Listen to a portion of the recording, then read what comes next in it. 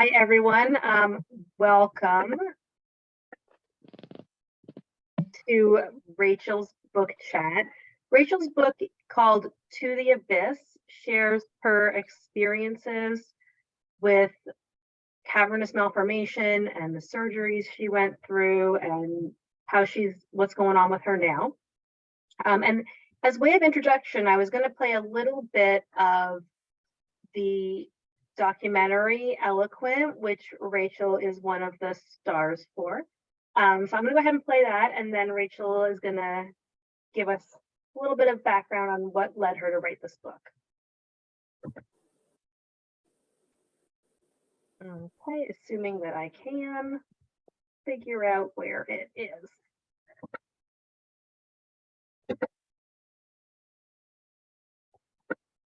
Did I mention I'm having technical problems tonight?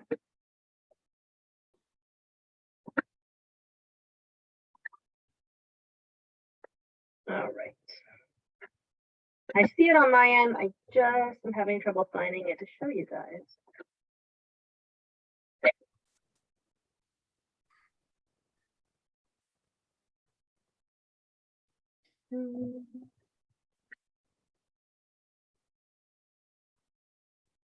Oh, I hope I shared with sound. Let me know if you can hear it. You hear it? No.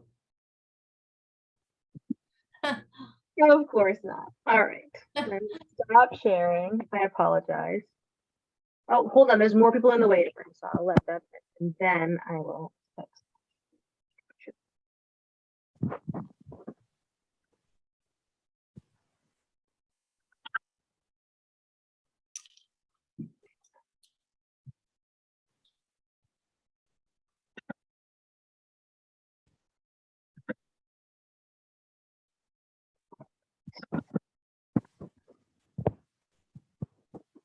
Share with sound. Click that. Now we should be good.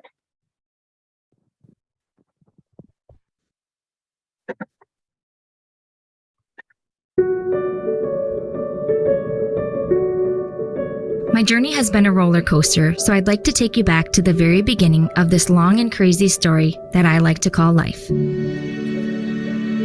My mom always made a joke that if I was the firstborn child, I'd be an only child. What can I say? I was a rebellious kid. I had a pretty good childhood and some amazing memories growing up. The summer before college, after my senior year, was supposed to be a fun time. One last hurrah, if you will. But it took a turn for me. I remember the exact day I started to feel like something was off.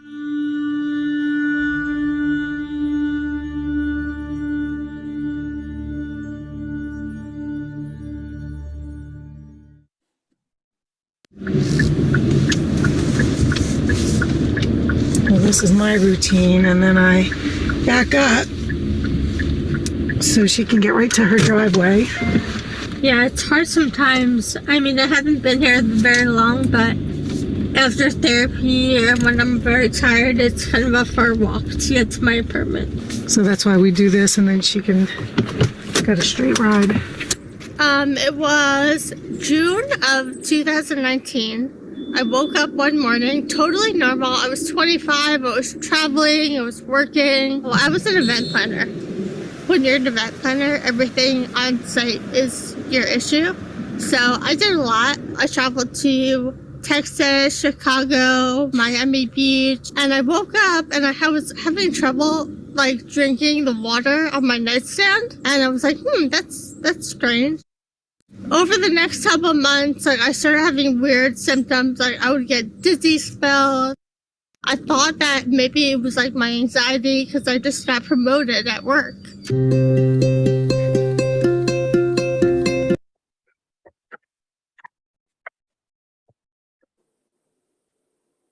All right. So that's a little intro to Rachel and her story, and I will let her take over from here. Hi, everyone. Thank you so much, Darla, for that introduction. And hopefully you guys will enjoy Eloquent when it's available. If you want more information on how to watch that, you can reach out to the Alliance, who can provide you a link for watch parties. I also just want to start off by saying, just bear with me a little bit. I just had Botox on my face and my speech is a little bit wonky. So I'll speak slow and I'll speak clearly. And if you need me to repeat something, just let me know. I'll be happy to do that. So this is obviously a book chat about my book. So I wanted to introduce To the Abyss, which is my baby. It's my book. It basically just goes over, my life prior to cavernous malformation, what led to the discovery of my cavernous malformation, and everything that I went through during the process of having it removed, and also what I dealt with after the fact. So to me, it was very therapeutic to write down my journey. I initially had wrote the book just for, family and friends, so they can get a true understanding of what I went through, everything that I've been through, and what I'm working to in my recovery.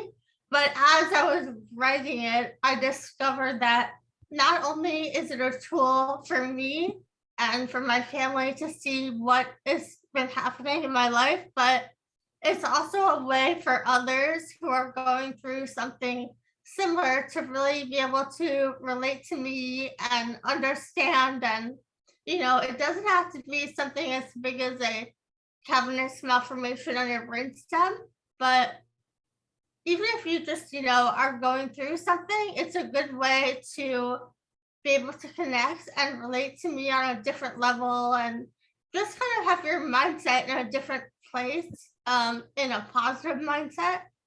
I truly believe, and I preach this all the time, that my positive mindset is what's really helping aid my recovery in a positive direction.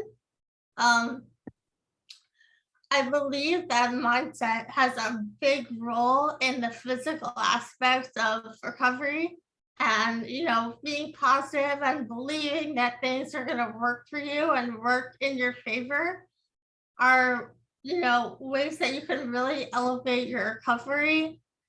And I truly believe that, and I just love preaching that to people and spreading the positivity, because I want other people to have the same beliefs that I do, and just believe that the positive aspects of recovery can help you get through it. And I also wanted to say that when I connected with the Alliance, they are, I don't even have words for, what they have done for me, and the community that they have, and all of the resources that they have. And, their goal is to find a cure for cavernous malformation, which doesn't include surgery. And to me, that is so important, and that's such an amazing thing that they're working towards, and they're taking steps to do it. And in doing that, I've connected with a lot of people in this world, and I've made so many friends and connections, and it's just truly like so special to me, and I'm so happy to be a part of it. So I definitely just, wanted to make sure I got that point in for sure. We're happy to have you too. I'm sorry? We're happy to have you too. So I go on a virtual chat every week with others who have cavernous malformation or had the removal of cavernous malformation.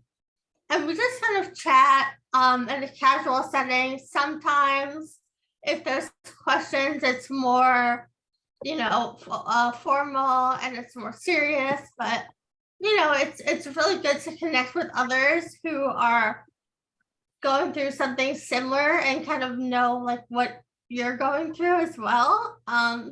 It really helps, I think, keep my positive mindset for sure. And I had a quote here that I wanted to share which I thought was really, it just like really hit me.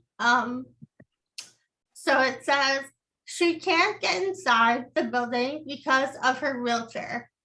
No, she can't get inside because the building is not accessible. The building is not accessible and has a barrier that does not let her in. The wheelchair is not the problem. The building's lack of access is the problem. Words matter. So to me, this is, just a perfect example of what I'm trying to preach, that you kind of have to look at things in a different light. And, everyone's dealt a hand, sometimes shitty, sometimes not. And it really just depends on the way that you look at it and the light of it all. And, just making sure that you're looking at it from a different perspective and looking at it with a glass half full.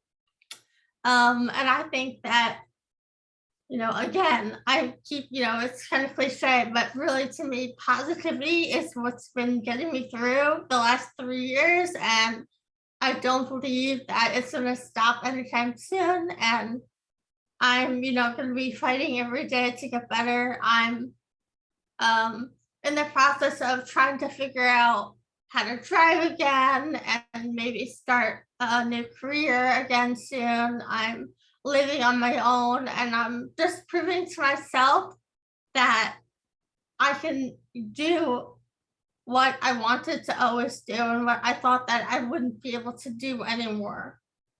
So Yeah. You're doing pretty amazing, Rachel. I know we are all like cheering you on. You've been through a humongous ordeal. Do you want to tell us a little bit about how this all started for you?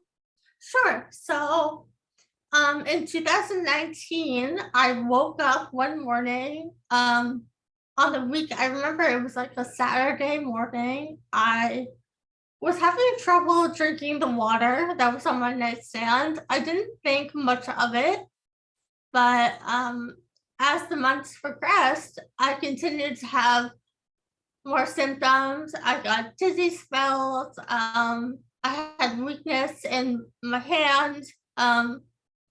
So I took it into my own hands to see a neurologist. And I got an MRI one day. I was at work. I got an MRI on my lunch break, and they discovered a 3-centimeter cavernoma on my brainstem. So I was sent to the hospital, and then it all, kind of progressed from there. I had 3 surgeries due to the fact that they couldn't see the whole thing.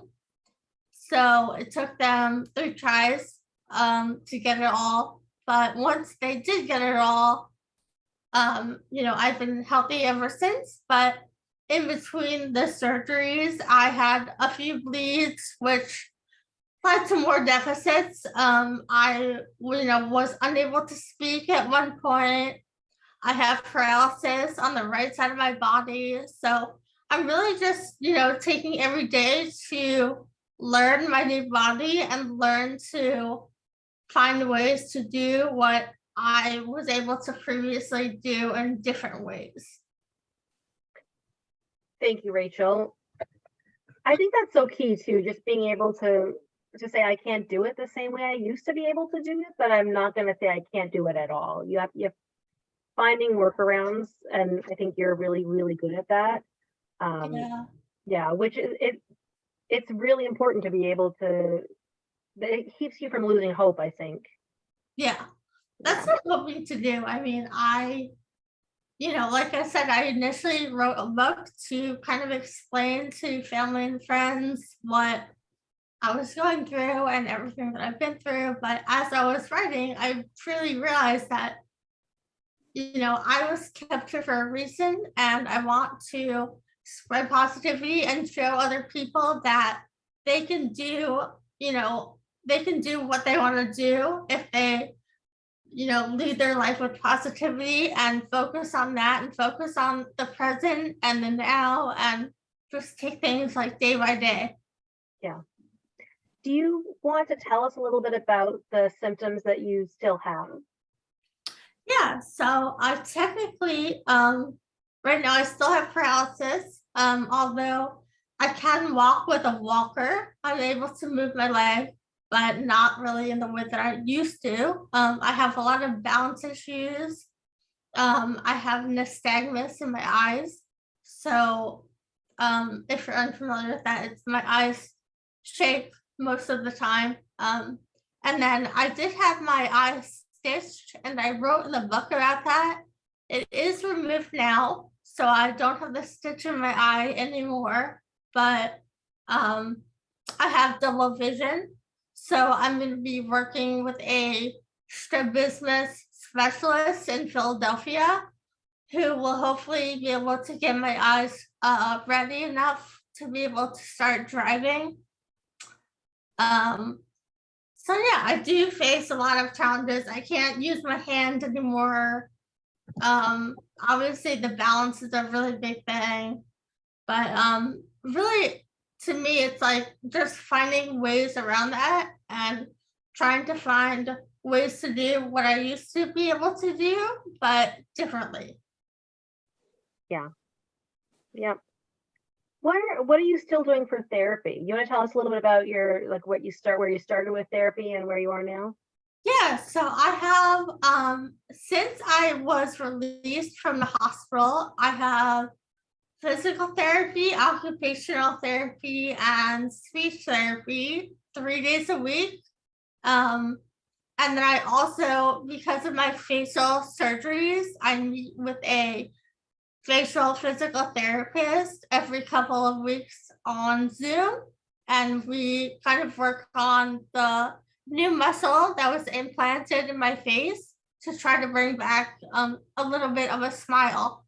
And in addition to that, I have been working with one of my old physical therapists who is trying to get together an adaptive CrossFit program. So I've been doing that once a week, and it's a really good way for me to be able to get a good workout in. I used to love going to the gym, which I have not been able to do because of my balance issues, but she is giving me the ability to be able to go to a gym, get on the equipment, and work out like I used to. And I'm really just loving it. I'm very grateful for her and for that program. I love that. That's fantastic. That sounds really, really cool. And we're gonna want to see some like videos of you CrossFitting. Okay, I'll send them. That sounds awesome.